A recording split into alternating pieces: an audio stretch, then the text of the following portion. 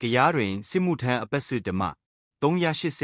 5ဦးသာအိမ်ပြန်ခွင့်ရရှိပြီးကြံပစများတေဆုံးဆိုတဲ့သတင်းဖော်ပြပေးပါမယ်။နိုင်ငံတော်ဝန်မှစစ်ကောင်စီကစစ်မှုထမ်းဥပဒေနဲ့2024ခုနှစ် AB လမှစတင်ပြီးအတင်းကျပ်စစ်သားစုဆောင်ခဲ့ရာအပတ်စဉ်တစ်ခုမှတပ်သား9000ခန့်ခေါ်ယူခဲ့တော်လဲကရားပြည်နယ်အတွင်းမှာ385ဦးသာအိမ်ပြန်နိုင်တယ်လို့သိရပါတယ်။လွိုင်ကော်မြို့ရှိစစ်ကောင်စီရဲ့ဒေသကွက်ကဲမှုစစ်ဌာနချုပ်မှာစစ်မှုထမ်းဆောင်ခြင်းနှစ်ပြီးမြောက်တဲ့စစ်မှုထမ်းအပတ်စဉ်တပ်သားတွေကိုနေရပြန်ခွင့်ပေးရမှာတော့385ဦးသာထောက်ပံ့မှုအချို့ပေးပြီးပြန်လည်စေလွတ်နိုင်ခဲ့တယ်လို့စစ်ကောင်စီကထုတ်ပြန်ထားတာပါ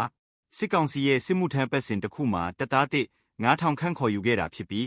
ကရားပြည်နယ်အတွင်းမှာတပ်သား600ကျော်ခေါ်ယူခဲ့ပေမဲ့300ကျော်သာအိမ်ပြန်နိုင်ခဲ့တာလည်းဖြစ်ပါတယ်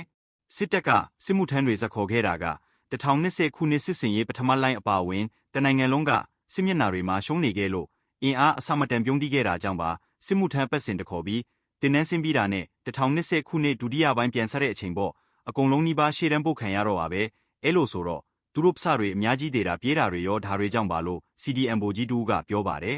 2024ခုနှစ် EB လ10ရက်နေ့ကစတင်ခဲ့တဲ့စစ်မှုထမ်းပတ်စဉ်တစင်းတဲ့သူတွေဟာမကြာခင်သတ်မှတ်ချက်အတိုင်းနှစ်ပြည်တော့မှာဖြစ်တော်လဲတနိုင်ငံလုံးအတိုင်းအတာနဲ့အင်အားဘလောက်စစ်မှုထမ်းပြီးဆုံးပြီးနေရပြန်နိုင်နေဆိုရဲအသေးစိတ်စီရင်ကိုစစ်ကောင်စီကထုတ်ပြန်ထားတာမတွေ့ရသေးပါဘူးပြီးခဲ့တဲ့မက်လအတွင်းမှာစစ်ကောင်စီကစစ်မှုထမ်းပတ်စဉ်23တင်နန်းကိုခေါ်ယူထားပြီးလက်ရှိမှာစစ်မှုထမ်းမတရားစုဆောင်းခံရသူတသိန်းနဲ့အထက်ရှိနေပြီဖြစ်တယ်လို့လက်ရှိအချိန်ထိလဲနိုင်ငံတော်ဝန်မှာပေါ်တာဆွဲစုဆောင်းမှုတွေရှိနေသေးတာလည်းဖြစ်ပါတယ်